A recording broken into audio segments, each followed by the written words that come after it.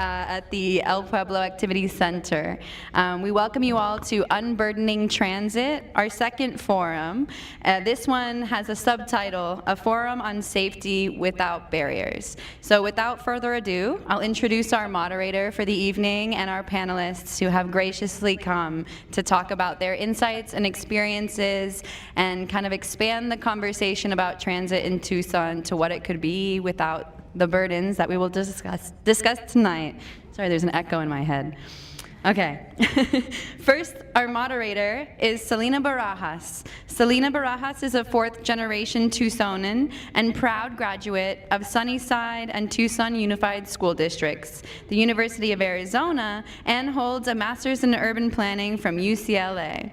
With over 15 years of experience in community development, she's led initiatives in both LA and Tucson, always centering equity, public investment, and community voice.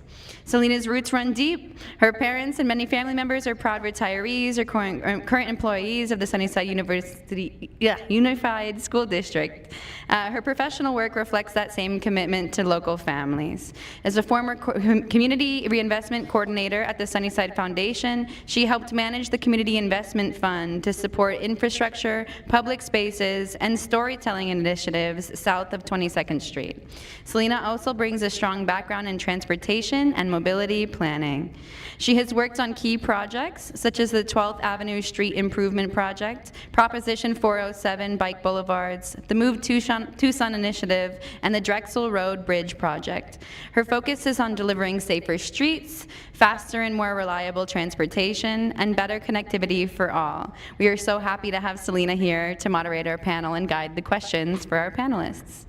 Our first panelist is Patty Sanchez. Patty was born and raised in Tucson, and she's here to share her voice as a Suntran rider. Public transportation got her through high school, college, and every job she's had up until this day. Our roles as community connectors make a big difference in educating the public and gathering public feedback. She knows how much we can rely on public transportation if the structure and accessibility for it is there. Our next panelist is Erica Castaneda. Yes, Erica was born and raised in Tucson, Arizona, and is a proud resident of South Tucson for over a decade. As president of the Resident Advisory Council for the South Tucson Housing Authority, she is a dedicated advocate for her community, working to improve living conditions and ensure residents' voices are heard in local decision-making. A devoted mother of four, Erica understands the importance of strong, supportive neighborhoods. She has relied on Suntran for most of her life, giving her a deep connection to the public transportation system and the everyday experiences of the people she serves. Her leadership is rooted in real experience, community pride, and a strong commitment to creating opportunities for all families in Tucson. Thank you, Erica. And our next panelist is Angel. Angel Enriquez Breault is a fourth-generation Tucsonan and a lifelong Suntran user. Angel works in Tucson, Clean and Beautiful, co-directs with youth through and who rely on public transit service every day. Angel also organizes around conservation and community justice issues through coalitions, such as the Tucson Birthplace, Open Space Coalition, Reconciliación en el Rio, and the Santa Cruz Wildlife Refuge Coalition. His work centers place-based engagement, reconciliation ecology, and participatory education, like our forum tonight. Angel sees transit as a key to understanding where you live and connecting to communities around you. And finally, our last panelist is Ray. Ray Jordan is a public transit user and has been an advocate for transportation for everyone since 2009, when he discovered that he and his wheelchair could not board a tram that the government had claimed was accessible. Since then, he has advocated privately and as a member of several community and local government bodies for transit that is accessible to everyone. So with that, please give a hand for our panelists. And I will pass the mic over to our moderator, Selena, to get us kicked off. Thank you. Well, thank you, everyone. I hope you all have your full bellies. If not, go ahead and get some food. So thank you all to you all, the coalitions that came together to make this happen. So give yourselves a round of applause. And thank you to the panelists for being here. Amazing, and for all the good work that you all are doing. Before we get started, I just want to set some guidelines. Please keep this conversation respectful. We are all neighbors. This forum is being streamed live and recorded, so be careful. As time allows for audience questions, we kindly ask that you keep your language clean and stay curious about solutions for your concerns. Also, just some housekeeping. If you have to use a restroom, out the doors to the right. Please silence your phones, and we'll go ahead and get started. Just curiosity, how many of you have been, is this your first time at El Pueblo Activity Center? Raise your hands. Okay, well, welcome. So this is like this is a space, a community space that has a lot of meetings, a lot of history here, and this is kind of the heart of the South Side for a lot of neighborhood activation. So I'm hoping that we could continue on the conversation longer. But we'll go ahead and get started, and I'll go down here, and then we'll go back up. So let's go ahead and get right into it. What does safety on transit look like to you? I'll pass it on to Pati.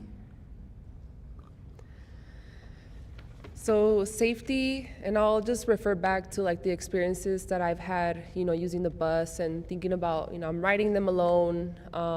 One of the biggest things that, at first you're afraid of, like, you don't know what the system can be like, because nobody ever really teaches you, like, how to get on the bus, where you have to purchase, pay for it.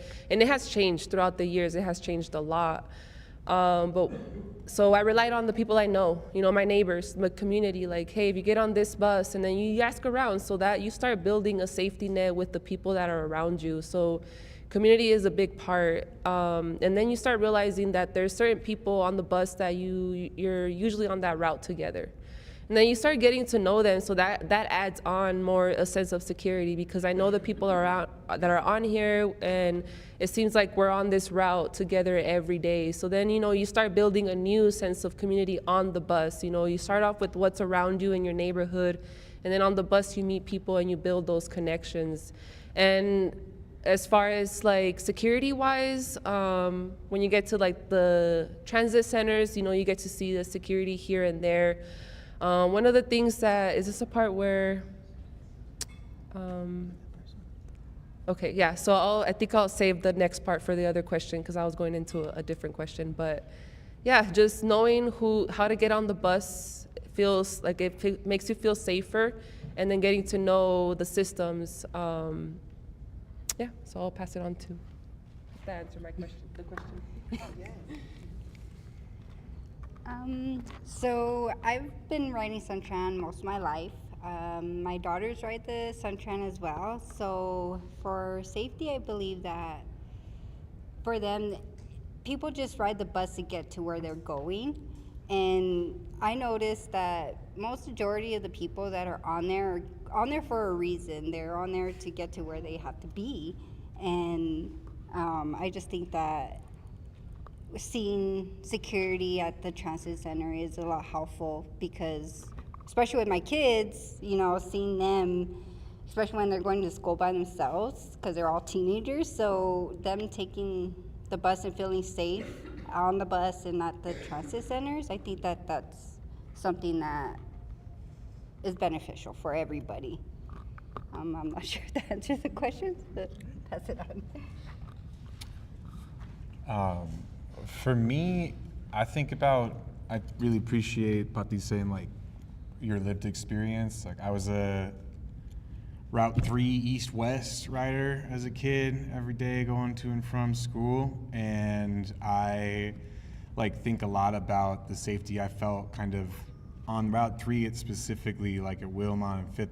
There's nice shelters and stuff, and it was kind of like those of us that took the bus would sprint when we were done with school to the bus stop as fast, and it was kind of this place we'd hang out.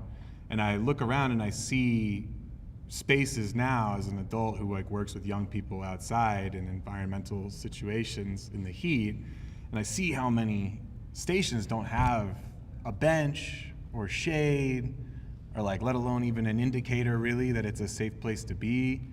And so I've been reflecting that a lot in terms of the safety that the bus provides in the infrastructure that exists, but also just we're living in like a climate emergency, and if you hop on one of those Suntrans, like you need a jacket, like it's cold. And I think that's important. That's safety when we're looking at climate emergencies and first responding to, you know, our most vulnerable communities who depend on the bus heavily. Like that safety is cool air and safe shelters. Oh, thank you. I'll grab this one. This one. Let's see if does this one work? Yeah, cool. Safety means a bunch of things to me. The one that we probably won't talk about much tonight is like the road safety aspect. Sitting on a bus and will another vehicle crash into you, and if it does, how safe will you be?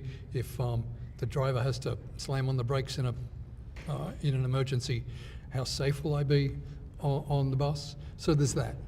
Then there's the safety sitting at the bus stop, which may or may not be sheltered, which might be just a stick in the ground.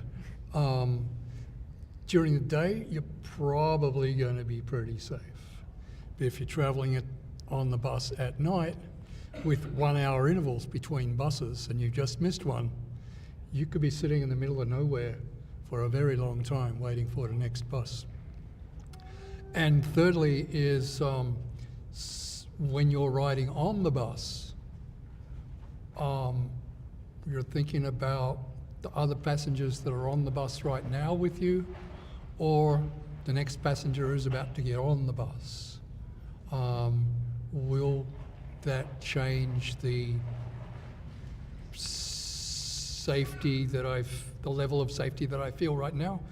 Will it change instantly when the next person gets on? So they're the things that I think about when I'm thinking about safety.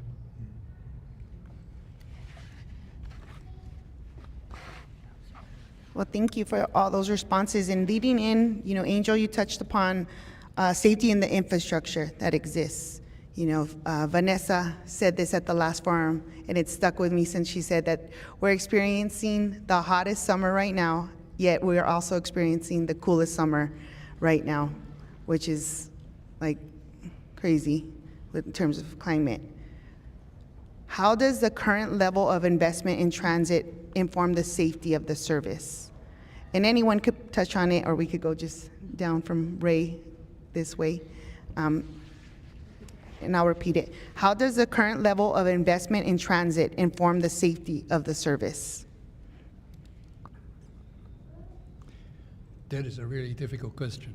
At least that's a difficult question for me. And anyone could touch on it. And not all of you don't, if you want to even expand on it too, Angel, Yeah. but Ray, if you want to take a stab. I think I might pass on that one. Yeah. I'm not sure.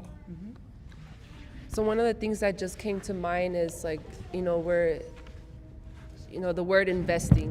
One of the things that we were talking about is that a lot of benches are being taken away, a lot of shade is being taken away, and it's for reasons that like, I get whatever issues they're pointing out that might result in them having to take those benches away, but it has nothing to do with like the accessibility that it provides the riders, you know, and like a lot of us, I relied on it for everything. So going to the grocery store, you know, I'm gonna be coming back with bags. Like, am I gonna, you know, do I have the option of, if I'm the only one there, I can put it on the bench next to me. And if not, then, you know, I'll share the bench with whoever's there. But like, it's just like, there's so many things that they don't think about when they start taking things away from those of us that are relying on this on a daily basis throughout the whole day. So it kind of feels like there hasn't been so much of an investment, more like taking away. So yeah, like it would feel safer if benches weren't being taken away and like shades weren't being taken away for, you know, reasons that like, it's not our fault. You know, we just want to be comfortable and not be burned by the sun every day, you know. Does anybody else want to expand on that? Yeah, I think with like, when I think of infrastructure, I think of like awareness personally. I work with some of the compadres in the room on the Viva initiative, which is disrupting violence in neighborhoods that experience kind of like larger, not just socioeconomic inequity, but also, you know, violence, gun violence specifically. And some of the key principles that went into that P&I, which was the predecessor to that, was environmental design. It's like, how do we look at the way that we activate and share spaces to mitigate potential harm, right, that we experience? And I think that we've seen really great investments in infrastructure that does that. I think like we point to Storm to Shade with Tucson Water, right? Those neighborhoods that are getting those investments are seeing the benefits of stormwater cooling their neighborhoods, trees growing, right? Safer bike pathways, cleaner air, cooler streets. And that's all movement. That's movement of water.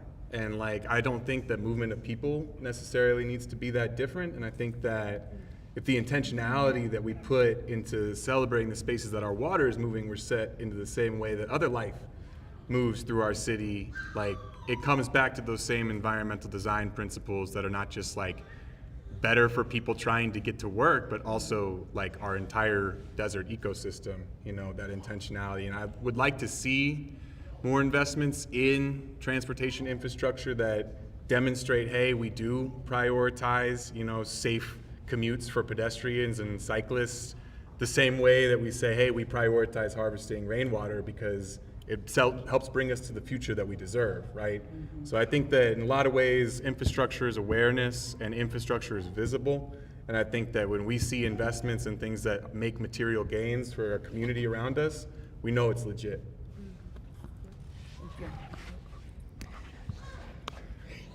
Anything else before we go on to the next question? Well, I kind of know a little bit of your favorite aspect of investment. What else is some of your favorite parts about our transit system here in Tucson? Or even thinking beyond Tucson, like other places that you've gone to, like what is your favorite thing about transit? Well, for sure, having centers like the Laos and here, and having El Pueblo Center connected to it, because like, let's say we can't really do too much about the routes and the time it takes to get on to the next bus, especially on the weekends or later in the evening. At least we know that we have a place where we can come, like I could come work out for 30 minutes or play or do something, knowing that we have, because it's different. The Laos Center is a lot different than the Ronstadt. You don't have that there, you know, and so if we have these spaces available, then like it's, you know, we're gonna want to use it more. You know, I love, like I've loved taking the bus because I know that it's not as bad as it seems, you know, and having these spaces. And one of the things that was really great was the website, where you can actively see the bus going when it's getting near you, because things happen, traffic happens, it may be late, you know, and it's peace of mind knowing that I can track the bus where it's going, and peace of mind for my friends and family when they send me off on, you know, I'm going home now from visiting you guys and it's gonna take me an hour and a half to get home. They can at least see that my bus, you know, I'm moving. So that was one of the really great things, in addition to the pamphlets, to the books. Let's see, and all the, like when you get in the bus and you can see all the resources, also that's another great thing, because actually, one of my stories, lived experiences, that I had a transition from high school, my senior year. I had to switch schools, and I got on the bus, and I saw somebody that knew somebody I knew, and we just talking, and look, go to this school, and when I got back on the bus, there was actually a flyer for that school. So I was like, okay, I think there's literally a sign here. I need to go to that school. And so it's really cool seeing all the resources, like, you know, when we talk about like drug use and all that, like all the naloxone, all like the resources that could be helpful for people, and safety things too. Anything that could be helpful for the community is great to see that on the bus. So my favorite thing about the Suntran is the fact that it has a lot of accessibilities when it's put in the right place. Like for instance, when I go grocery shopping, I have to walk 5 to 10 minutes.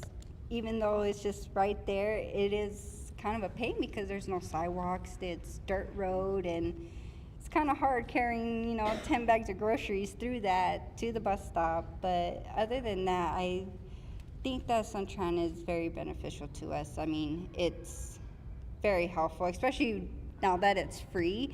Trying to scramble for change is such a pain. And I think that it's very helpful for, especially for low-income families as well, like just to get around and not have to worry about, oh, I have to pay gas, or I have to figure out my registration and all this other things that come with having a vehicle. So that's why I personally rely on the bus, because it's less of a hassle for me. But then again, it's also a struggle because of the fact that there's no shade, there's less bus running, and the time difference between the different routes that I would have to take, and it would take me usually all day just to complete one thing. But for me to complete that one thing, it's amazing because I'm able to get everything done all in one day. So I like it. My favorite thing about Suntran is that it's free right now. Yeah, growing up as a Tucsonan, like we were both all three of us were talking about it. Ray and I were talking about it. Just like scrambling for money is just, no one likes to do that, and no one should have to do that either, for the record. And I think that it's really remarkable that there's kids now in Tucson that, like, as long as they've been taking the bus, have never had to do that. And that's like a huge gain. That's a huge gain that, like, you know, I remember taking the bus home when it went from $1 to $1.25, and it's like, where's that quarter coming from? You know, there's only so many favors you can call in and people you can ask for that extra change. And I think, like, it's really amazing that we have come to a place where we've recognized that. I think the material benefit of free fares outweighs any argument or small amount of revenue that could come from that model. That's really cool, and I think that that's something that we should keep doing.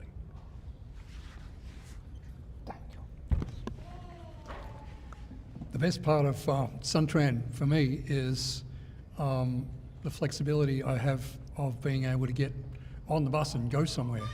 Yeah, sure, it takes a while sometimes, but you meet some pretty interesting people on the bus. You know, actually a council member asked me, we were discussing buses a couple weeks ago, and I said to him, if you want to see the real Tucson, get on a bus. Yes. So, and that's fine. I might say that that's something that's really good during the day. In the evenings, when the bus frequency halves right across the city, and a lot of routes end fairly early as well. That's the bad part about Tucson. It takes Suntran. It takes a long time to get somewhere. And in fact, if you go to a show, a sporting event, I think even the fireworks works on July 4th. You could well have been stranded if you were relying on the bus to get back home again. You get anywhere you want real easy, but getting back home is quite a difficult thing. So there are my favorite and not so favorite things. Well, I kept hearing connectivity, right? Connectivity to places, to connections to people. Are there other considerations to be made to provide pedestrian-specific connectivity to facilities or services? I do want to plug Patricia and Erica worked really hard for 2 years for Tucson Norte Sur policy recommendations. If you haven't read that, they were taking us all on the bus, city stakeholders going up and down, you know, from Laos all the way to the north to Tonatadai, and connecting to different places. And we did see that lack of connectivity. Can you all kind of expand a little bit on that? And then for Angel and Ray, anything else you want to add on what other considerations could be put in place? Let me think about this one a little bit.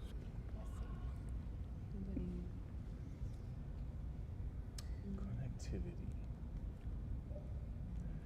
Like, well, how can we make it more cohesive, provide more synergy? When you were talking, like, Sorry to take the mic.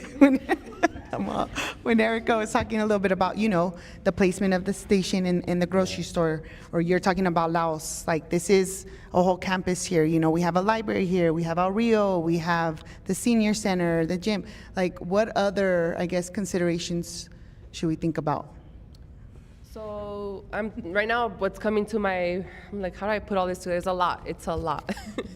Because all kinds of things start coming into play, and but I think of like Speedway and Oracle. So more buses would allow more connectivity, because then if you're considering like what people, like let's say people are voting on what they use the bus for, then you'll know how many people are going for groceries, and you know how many people are doing shopping and this and that.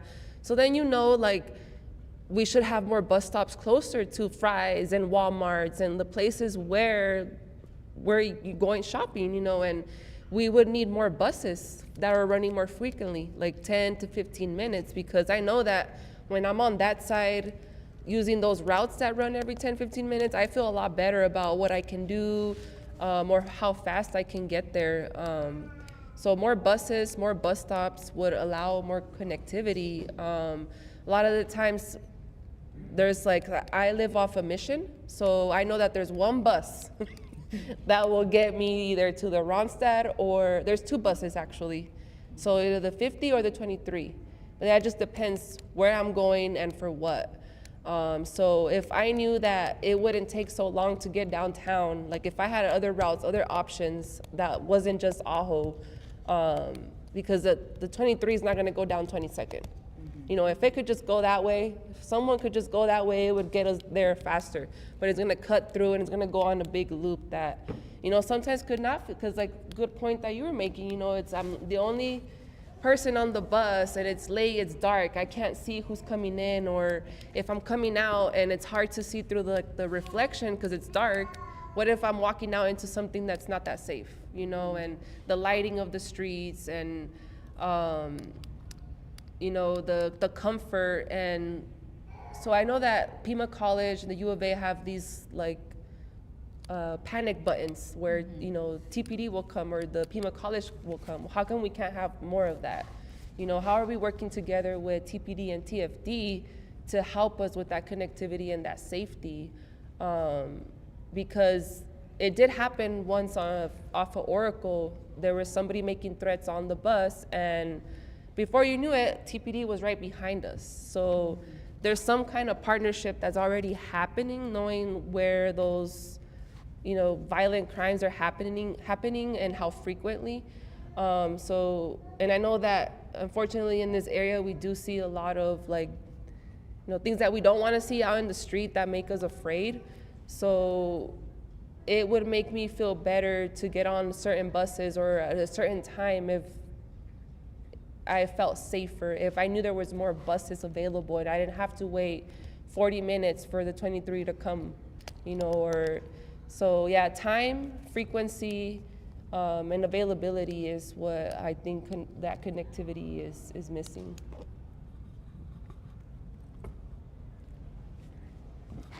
Did she answer it all for you all? Good job. One of the things that it makes me think of is connectivity to multimodal transportation. I think I stopped taking the bus when I got a bike. That was a big change for me as a commuter in Tucson. And we do a lot of I do a lot of green workforce development, and we do wraparound services and train folks how do you get to work, right? That's a skill that a lot of young people don't get taught in school, which is kind of wild.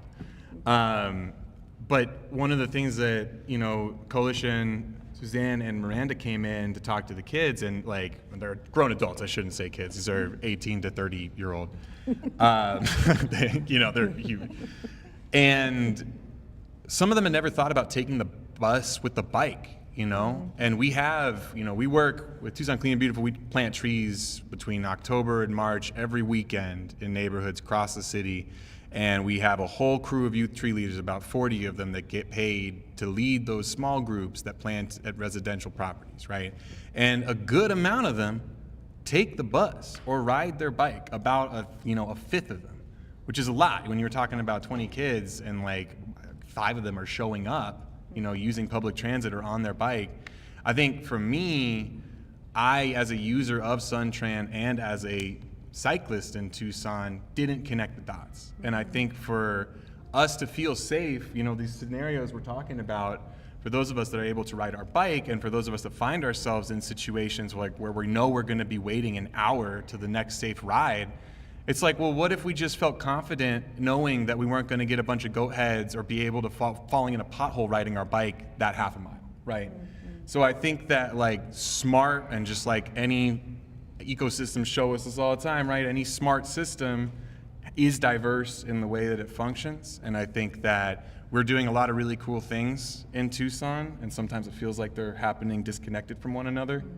Again, you know, not to bring it back to the water all the time, but it's like, where are the best bike paths and the most frequented bike paths in Tucson? You know, when we think about the loop infrastructure, when we think about Arroyo Chico, right? It's like, there's already a natural flow to where people can move that is safe, that's cool, and that makes sense. And if we can be following that intention that already exists within the land to kind of structure the way that we're moving and meet in the middle. I know North Americans, we love our grids, but I think that that's the cool thing about grids is that things intersect and we can follow those intersections that are already existing in our landscape, so. Connectivity. I've been thinking about this. A transit rider is also a pedestrian and also a bike rider. So there's those three. That's multi-modes, isn't it? Right? But in a lot of cases, those, if you're switching from one mode to another, it's actually not real easy. Have you seen the sidewalks in Tucson? If they're there. Man. Now, if you're walking on 2 feet, you can step over little obstacles. If you're rolling along in a wheelchair, that's a whole different story. You cannot get off the sidewalk to avoid low-hanging branches, or you can't get around to those where the asphalt rolls up around where the cars go around corners. Oh, and then there's right turn on red. No, don't start me on that. Oh, man. So we're missing a lot of connectivity. Getting off one bus and getting onto another one, if that other one isn't like at that same intersection, and it may not be. You've got to get from one to the other. So that's what connectivity means to me, and there's a lot of gaps that need to be filled.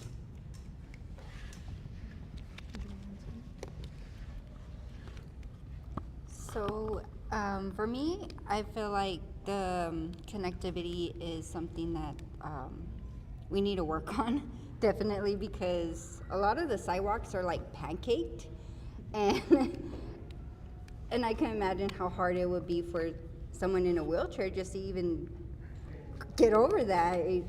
Imagine if they would go around or how they would get through that. It's Stunt driving. yeah, exactly. And just like trees will be so helpful in just certain areas, especially like where there's nothing but road and there's no shade to be found. Like that's very hard. Also, like just having to walk from so say I go to the grocery store, on my way back, I feel like the bus stops are not placed in good amount of distance from each other. Like you go from one side of the street to the other, but the bus stop is further down than the other one. So it's like I'm walking 10 more minutes just to get on the bus, just to go back the other way. So I think that needs to be a little bit more better to catch the buses back and forth. And like I've noticed that where like you go to plan a route and it'll tell you, oh, you're gonna have to walk 10, 15 minutes. And I'm like, well, that's not in my plan. Like I'm now gonna have to figure out how, and you know, if we can afford it, you start asking for rides. Like I'll pay you for a ride, I'll get this far on a bus. But you know, to avoid that walk, can you just, you know, pick me up there or drop me off? And you start, you know, asking people for help because it's literally telling you, oh, get ready for that walk. You know, you're gonna have an interruption. One of the things I was asking one of my close friends is, they're from Japan, and from Tokyo, and they talk about how as a family, they never really had to use their vehicle because they only used it for certain reasons. And I'm trying to wrap my head around that. Like, what do you mean for certain, like, when do you use a vehicle? And it's like, well, like, you know, when you're gonna go see something that's further away, or you have a lot of grocery shopping that you're gonna do, like big amounts, because smaller amounts, they'll take the train. So I'm asking, well, is it like that everywhere in Japan, or is that just Tokyo? Well, this is what they said. Wherever the structure is, that's where people are gonna use it. If it's there, it's gonna be used. And you know, they're gonna use it throughout the day for the little stuff, and like as big as it can get, as you know, the most they can fit, they're gonna use it. But you know, it was like, I guess culturally shocking to know that, like, you have the option to only use the car certain times, like, because their system is, they invest in it, everybody agrees that let's all use it, you know, it doesn't come down to an income thing, you know, it's not about the income, it's about the accessibility, the efficiency. So it's all about if it's efficient, people will use it, if it's there, people will use it. I know. You can clap, everyone. Poetry style. Yeah, poetry style. Well, before we open it up to the audience, I'm gonna have, this is probably the heaviest, most jam-packed question of this panel, and then you all could ask some more jam-packed questions. Right now, how do you respond to the claim that reinstating fares will prevent violence on transit or at transit stops? And it will create. How do you respond to the claim that reinstating fares will prevent violence on transit? So reinstating fares will prevent violence on transit or at transit stops. You ready? Yeah, I think so. Are you guys ready for me? I'm ready. So I don't want to say it's going to prevent the violent crimes, because I think that's separate from the fares. You know, I think that those violent crimes it's a whole different story in itself, and that really needs a lot of investment, probably a lot more than our transit system right now, because it's getting to our, like, you know, it's two big problems that are colliding, you know, and that's one of the reasons why I think that having resources available for like the transit centers on the bus and really being prepared for that, because you know what's going to happen if you have somebody overdosing in front of you and there's only 2 people on that bus and the driver? You know, are we prepared for that? If they're having a crisis, you know, mental health crisis, whether it's that on its own or induced by a substance, how are we prepared for that? How is the bus driver prepared for that? You know, do we have a kit on the bus ready to use? You know, at the Laos Center, you know, at the transit centers, do we have those things available? You know, is the security there? Are they prepared to respond to those type of things? You know, what kind of, you know, preparation do they have, the staff that works for the transit centers? So I think that it's just having the fares, well, you know, it's probably gonna frustrate a lot of people, because it's probably gonna happen and it's gonna feel like, boom, all of a sudden they're there, and that like concern of, is there gonna be more than before? You know, because that was already a lot for us. And the system too, are the kiosks gonna be functioning at all times? Is that gonna be another frustration, because they took away the transfer tickets? You know, that was something that was very simple. It still had its, you know, limitations, but you know, the way that if the fares do come back, you know, how is that gonna be handled, and where is that money going? Are the fares gonna bring us more buses? Is that gonna make, you know, bring us that frequency that we want? Or is that money gonna go somewhere else? You know, if it's going somewhere else, how are they working with the transit system to help it? Because if they're gonna be charging to get on the bus, then all that money should be for the transit system. Because that's what we would want to, as a bus rider, I want to know that my 125 or whatever it would be is going to go into like, okay, I see more buses. I see more lighting, I see more shade, I see more, hey, there's a panic button. You know, I know that TPD is gonna show up because something's happening here. So that's what I see with like preventing. It could prevent certain things by giving us more accessibility and security for our transit system. Who's next? For me, I think, I don't think it would bring security because, I mean, you don't pay to go to the mall. You don't pay to, you know, park in a parking, like in some certain areas, you don't pay for parking for security. And I just think that for us to say that we have to pay for the security, I don't think that's right. Because, I mean, I feel like I shouldn't have to pay for that when they should already implemented it, knowing that so many people are willing to ride the bus, especially if it stays free. I feel like that they should just have that already implemented and be able to have TPD or TFD involved in this. And I think that, yeah, I don't know, I just, yeah. Question is like, can you ask it one more time? Yeah. And I'm a visual person, so I'll pass it down too. How do you respond to the claim that reinstating fares will prevent violence on transit or at transit stops? All right, cool. I think I would respond by saying I think that is a little too narrow of a framework to be having this conversation in. And I think that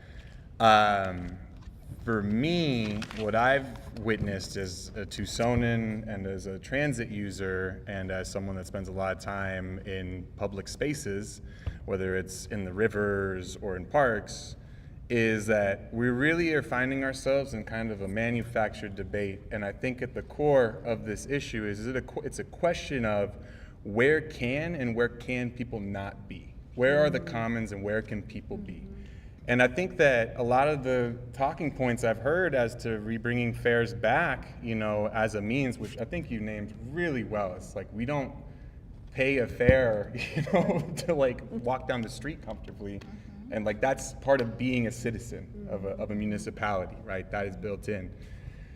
And I think for me, what I've seen, whether it's the debate of letting people sleep in the washes or be in the parks or be in the medians, it's like, well, where can we go? Where can people go?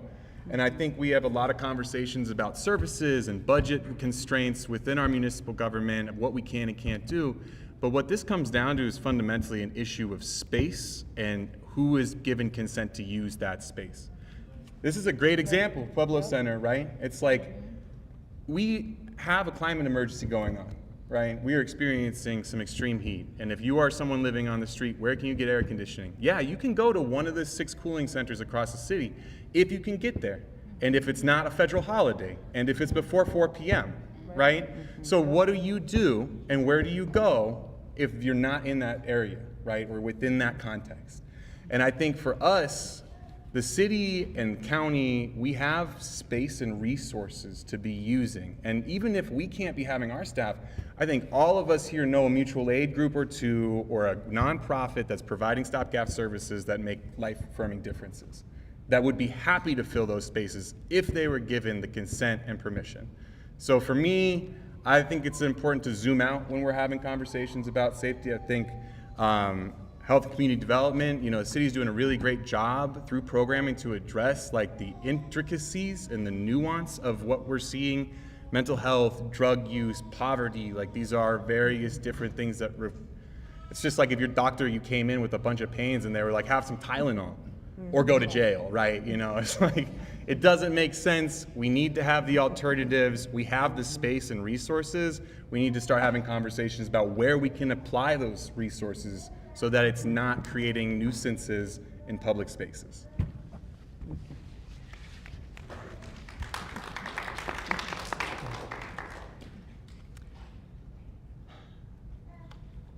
I actually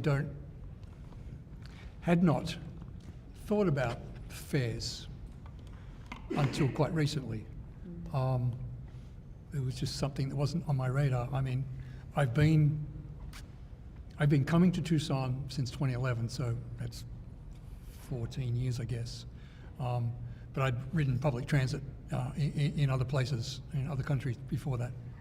And so I was used to paying fares, and then COVID came along, and now we're not paying fares. And until, I guess, the conversations leading up to this meeting here, I hadn't really given it much thought. But as I am thinking and I'm listening to people, what I'm seeing is no connection, as far as I can see, between fares and prevention of violence. The only thing I can think of is that people who don't ride buses want to make those decisions.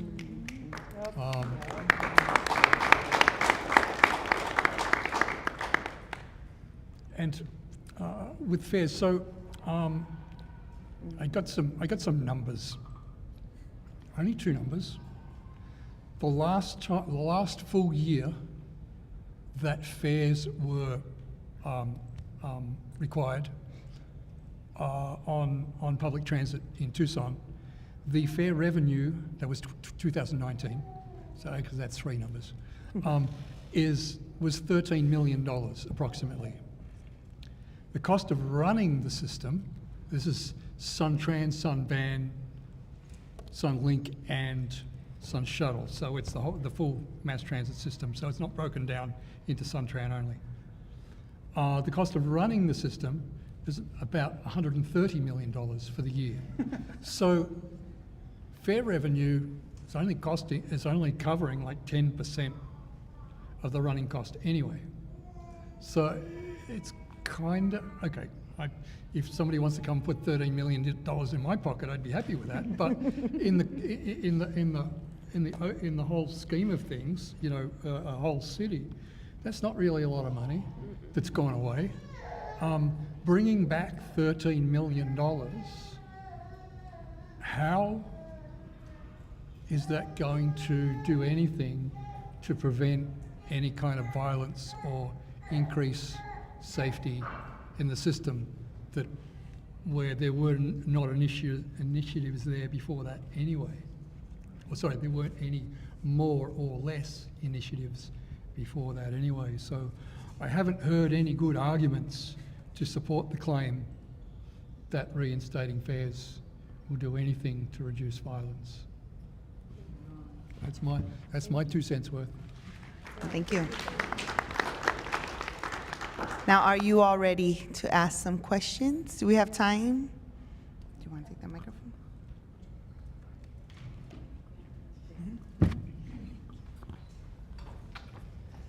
If you hold the microphone just a little bit away from you when you talk into it, we can hear it better. Like this? Yeah, a little lower. Yeah. My name is Cliff. I'm a transit user, and I have 2 questions. One is, I recently had a job interview.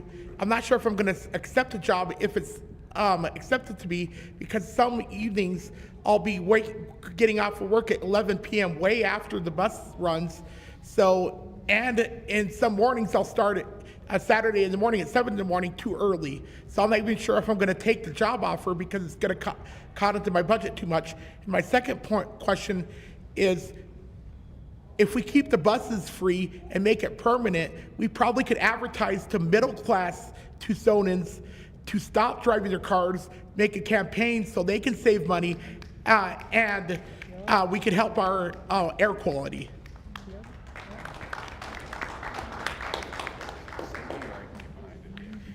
Thank you. So the questions, Selena, did you get those if you want to kind of summarize? With the time?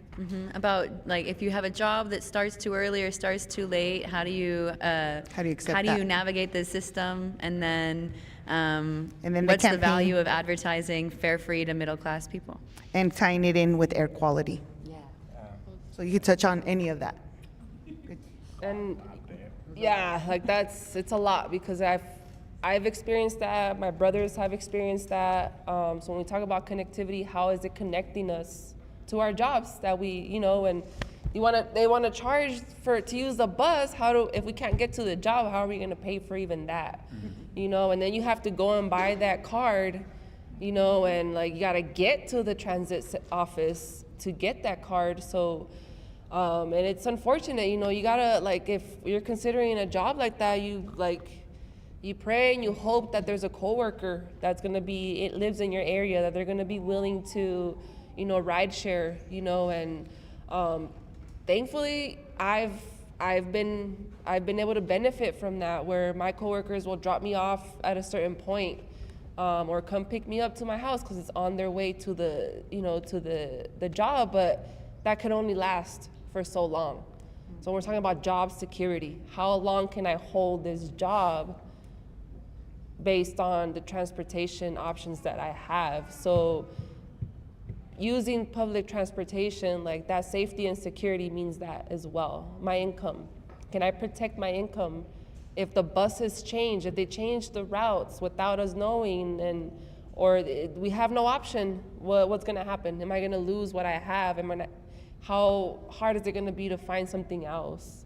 So those are very tough, you know, choices to make, and sometimes that's the only choice you have, and it's like, you gotta figure out how to make it happen, and it's like, why should we go through that, you know, when it could be so much better? And I'm really glad that you brought up the numbers, because it's like, let that reality sink in that, you know, we are not the ones to charge to use public transportation.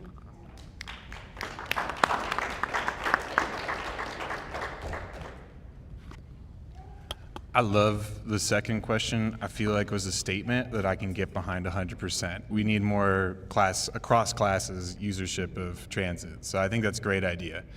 To the first point, I just, you know, if we've been paying attention to what's going on in the news, there's a lot of conversation about potential investments in and around jobs. And I think that this is a really great example of exactly the conversations that aren't being had. Is now, if we can talk about bringing new jobs into our community and talking about economic development of what could be here, I think there's a big conversation that's not happening in terms of inventory of what are the jobs that aren't happening. What about our community members that wouldn't be getting necessarily high-paying jobs, but are in middle or lower middle class, that are trying to get employed and using public transit? Is a policy that increases fares, again, like you said, bringing the 13 million, right?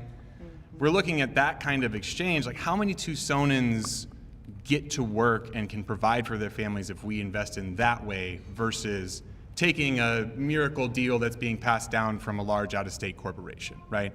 So I think, again, local investment, local investment in infrastructure, local investment in free fares, like that is economic development. That is giving Tucsonans a pathway forward to jobs. And I'll say, you know, I, again, ride my bike. I'm not a Suntran user on a weekly basis anymore because of my bike.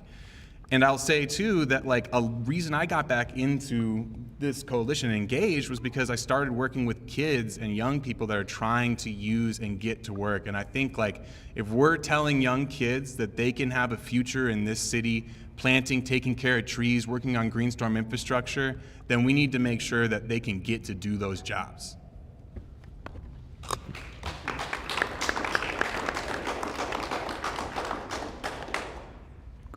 More questions?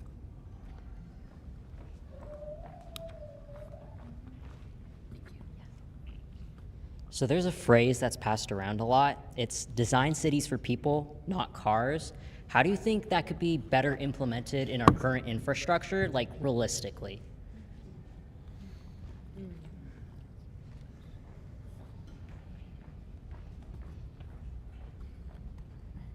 So repeating that one, how can we design our cities for people, not cars?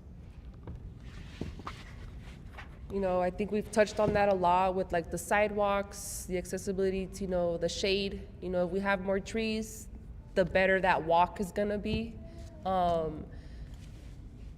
And less highways. You know, I know that like, let's just avoid turning into like highways everywhere, because that's exactly what's gonna happen. Everybody's just gonna go into that mode of I need a car, I need a car, I need a car, because everybody's going fast, you know, and it's like, so no highways, just keep what we have and invest in our roads and our sidewalks and, you know, the trees, like water access too, because that's another thing. It's hot. Even if we have shade, it's still hot, you know, so if we can have like more facilities so that we can use as community centers, that would be more people focused, more bikes. You know, I know that I love the idea of the to-go bikes, but they're expensive. You have to pay $8 and then you only have 30 minutes to use it, or you have to pay another $4 every single time. So like, I went and then I found out what it takes to get that bike and I walked away because no, I didn't even have the $8 to start off. Like, I'm like, oh, well, that could be 2 rides. No, because it's not accessible. It's only accessible to certain people that can afford it. So more accessibility like that, like for bikes, for walking, and yeah, like heavy on the no highways. Yeah. I like to say what we can do better is better crosswalks. A lot more crosswalks, a lot more lighting. Where I lived, it's a very dark street, so I try to avoid going after 5. I'm inside. Like, I don't want to be out there because there's hardly any lighting. And crossing the street, it's even in crosswalks, certain crosswalks when it's just a stop signs, people they'll go over the line or they're halfway in the middle of the street and you have to either make the choice to walk behind them or dare to walk in front of them. And it's like, I think better crosswalks, that are actually stopping the traffic and not just stop signs, especially on, 22nd and, 22nd and 4th, right there. It's so, it's very, it's, it's not great. It's very dangerous. And yeah, I just think more lighting and a lot more better crosswalks and sidewalks be a lot helpful. And maybe reducing speed. Yeah. I don't think we need to be going that fast. Like, Right. down Valencia, down anywhere. Yeah. Like, why do we need to be going more than 35 miles per hour? Like, you know, because I live off of Mission and we have a beautiful crosswalk with even like the warning lights, but people don't respect that.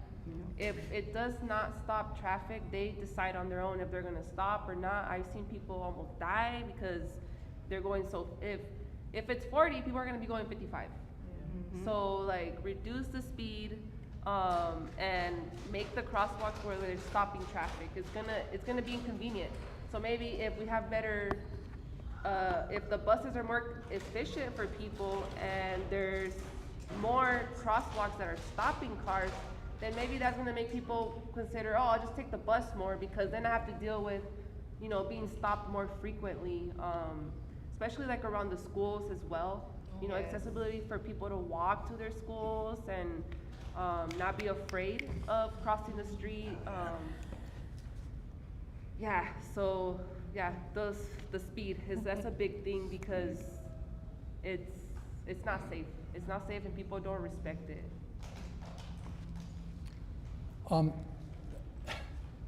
Who here has heard of Plan Tucson? I think it's been passed by council quite recently. So this is the plan for Tucson for the next 10 years. They've got some good stuff in there, and a lot of it's about bringing people closer to commerce.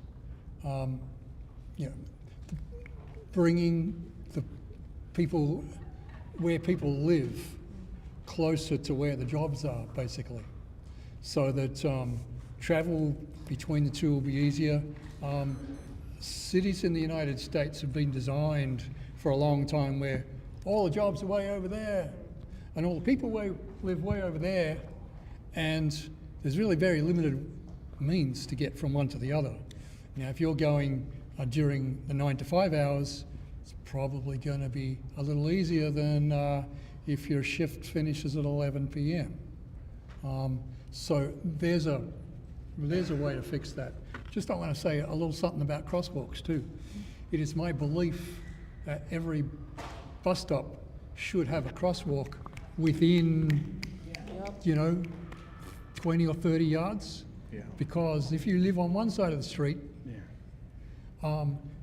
you're going to use the bus stop on one side of the street, maybe your side of the street, to go to wherever you're going, but you're going to be coming home on the opposite side of the street, and you're going to need to want to cross over.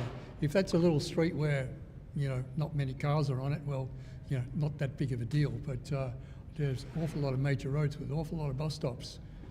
In fact, there are 2,228 bus stops. There's another number for you in Tucson.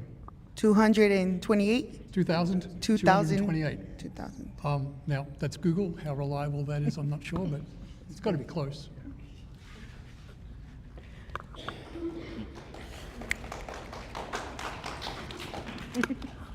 Only thought around is like, why appease to car infrastructure? Like, the roads are the roads. I think, again, I know people probably get tired of me talking about the watershed all the time, but it's like, who lives in Nopal or Elvira or any of these neighborhoods that have like Elvado Wash or Rodeo Wash or Airport Wash?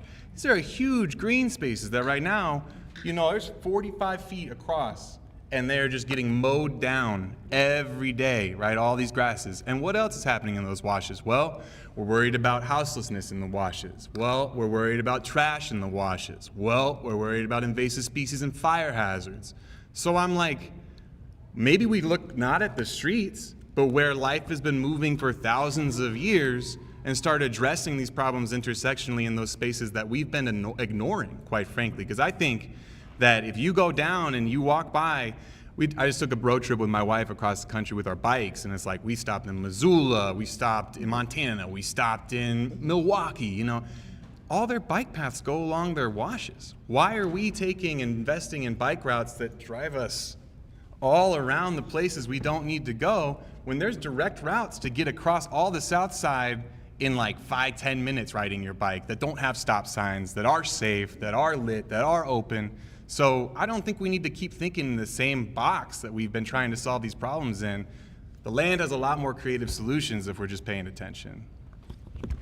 And I know I'm a moderator, but I want to answer just because I love urban planning and I'm a planner nerd.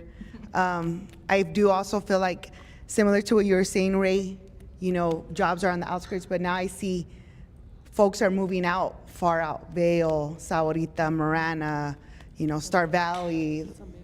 Yeah, some of you. And a lot of folks are coming in here for, jobs. So I think we need to focus on investing here and making sure that folks could live here and afford to live here in the city, so then they don't have to sprawl out. That's got to continue to invest in the core. Any other questions? I think we have time for one more.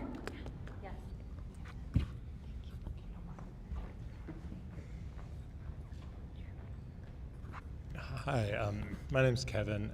I attended a city council meeting a few months back where they were talking about bringing fares back, and there was 3 Suntran bus drivers that had shown up, and they expressed support for bringing back fares, and one, to address the safety concerns that we've been talking about. Their concerns weren't more on like violent crime, it was more about like personal harassment of them for them being late on rides or on their timelines, or maybe they're witnessing them, people using the bus to commit other crimes, but not anything related to people on the bus. I am certainly not in favor of bringing back fares to address this issue, but how, if fares were not going to be brought back, how would you address a workplace safety and conditions for Suntran riders? So with that, I think about the Tucson Police Department and the Sheriff's Department. How can we work closer and more strategically with our police, or law enforcement, to be able to provide that safety and security if we're not using the fares to for that reason, because there should already be an establishment, there should already be a partnership. So how can we expand on that? Those are conversations to have with them. They're not in the room here, so you can't speak for them. So I think that would be the next step to let's gather and let's talk about what capacity that they can go to, and Because I know they're part of what the ones cleaning out the washes, you know. So I think that they have a lot of good information, good feedback that we haven't heard yet, based on the work that they have been doing, like, you know, the level of crimes that they've been responding to. And I know that, like, our team 1 in the South Side, they're great, you know, they're really involved in the community. So I think that talking to them and figuring out a way, like, how can we all work together? And, you know, I did mention, like, is there a panic button or something that we can use to know that they're on it, you know, they're right there. So, because this is a little bit unrelated, but I work for security for Sunnyside District. And the reason why the Tucson Police Department always comes to mind is because we work greatly together with them. We know the officers, we know the lieutenants, the sergeants, the captains. So we know that they're invested and they care. They're here because they care about the people. So I think that it's a matter of being in the same room together and asking all these questions and, you know, just having those tough conversations about, like, what funding do we have and how can we examine it to make sure that it's being utilized to its full potential. And we don't have to be the ones paying for something that's not even gonna, like, there's no way, like you said, there's no way we can pay to have the buses running like that. And they've been free, so it's possible. You know, the possibility is there. It just comes down to really making sure that we make it happen and that everybody's working together on the same page.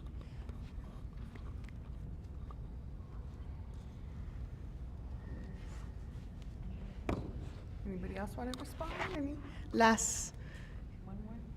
Do you all want to do one last question or final comments?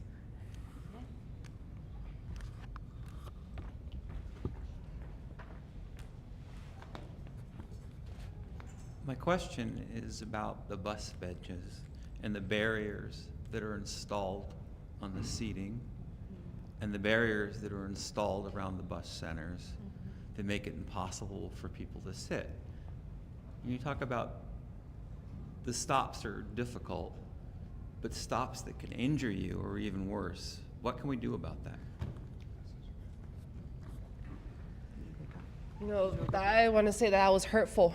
You know, that was very hurtful to all of us, to the community. It just didn't make any sense. You know, why I went, this was at Ronstadt. I went to go sit down and I said, never mind. You know, I gotta go find somewhere else to sit. Now I gotta go away from my bus stop to find somewhere comfortable to wait for 20 minutes. And, you know, and be aware of, like, make sure my bus doesn't leave early. You know, I mean, I have to keep my eye on it. And so I don't have an answer how, you know, they didn't feel like bus riders had a choice in that at all. And maybe it was discussed in, you know, the meetings that they have, but it's hard to even make it to those, you know, and it's just, I don't know, it was very hurtful, and I hope that they go away. Yeah, I mean, I think it, again, comes back to kind of the paradigm I was mentioning earlier around where can and can't people be.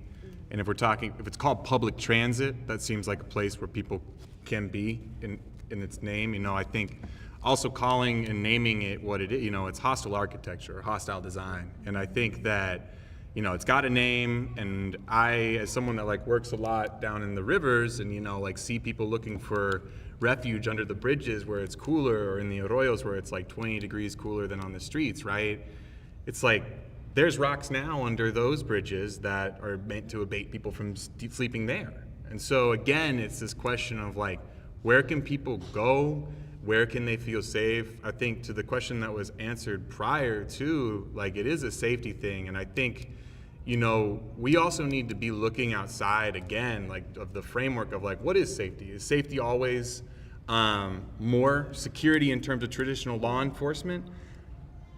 And can safety look like different things? I think housing and community development has been doing amazing work. The city's been doing really great investing in that kind of stuff. Like Viva, we've seen the impacts of what happens when you've got programs that bring people out to connect to one another, get to know each other, and activate these spaces, the commons, right? And I think that, like, to safety is a cultural thing. We have to work on that. That's culture work. And culture work doesn't happen just from installing, more buttons or hiring more police officers. Culture work happens from saying, hey, here's what we as community can do in the spaces that we have agency over collectively. And I think that I would argue, the hostile infrastructure, or anything that is, disallowing us or keeping us from using these spaces that we're told are for us is something that we really need to be introspecting on collectively and asking, what can we do to make this welcoming if it's for us?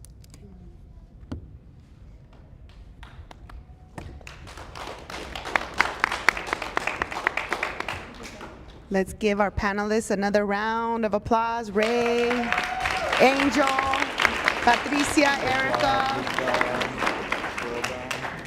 All right. The Transit for All Coalition has one final question to pose for the panelists. What would your ask of Suntran be for how they can provide for safety? And we have talked about how maybe fares are not that. What can Suntran do to help riders feel like they're supported?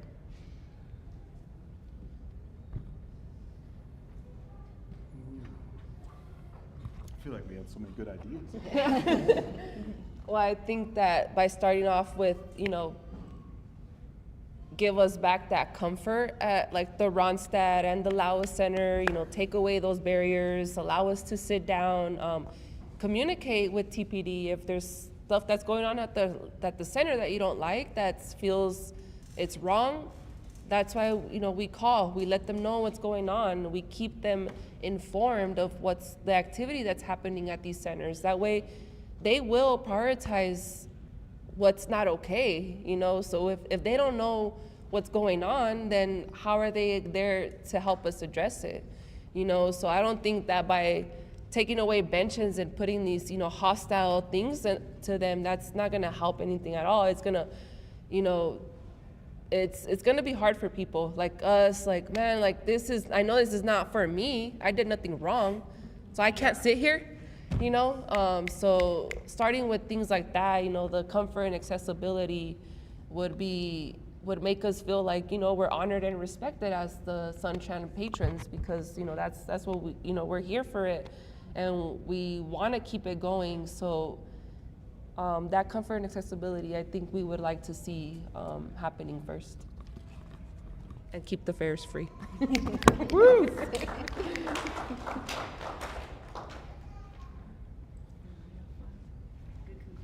Good conclusion. May I? What if I leave it there? Does that work? Okay. I think what Suntran could do would be to listen to people.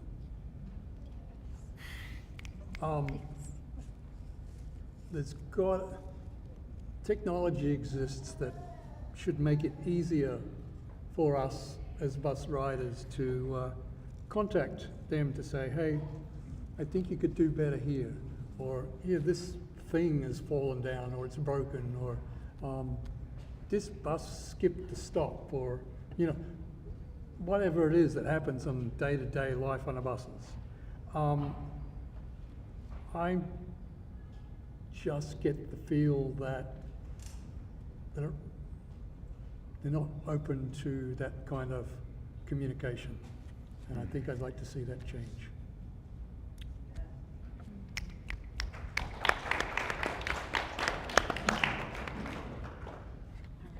Selena said it, but one final round for our panelists.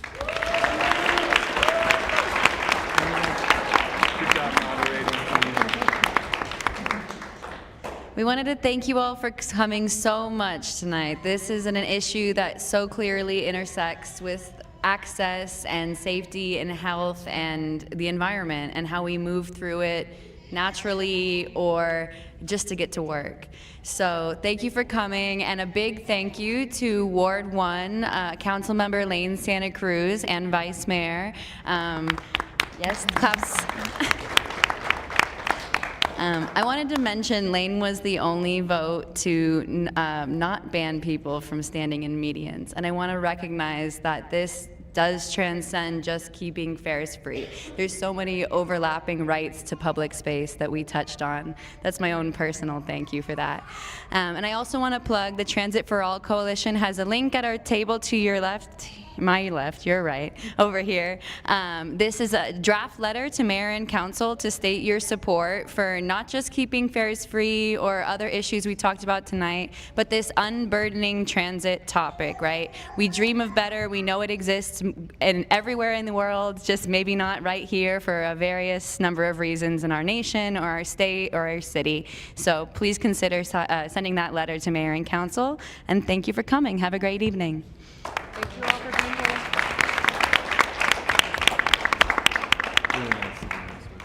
Nice to meet you, Angels. And last but not least, what can you do? You can go to City Council next week on Wednesday on August 6th, because City Council will be in their study session next week. They're going to be discussing this evaluation that they started, this evaluation process to possibly bring back fares. So they're gonna start talking about it again next week, and we're frustrated that we have to keep going to City Council, but showing up, if you feel like you have something that you wanna share with City Council, like a lot of our panelists were brave and did that today, then show up at City Council. It's on a Wednesday instead of Tuesday, because Tuesday is election day for City Council. So Suzanne has more information. Well, just that it's also very important to call or write them ahead of time, because on Tuesday at the study session, they could be taking steps that really do put us on the road to starting fares again. It's on the table. So it's great to show up. It's very important to show up. But it's also important to get a letter in and a phone call in and let them know what you think, because they really are, they need to listen. Yeah, to keep the pressure up. So thanks for coming out tonight, and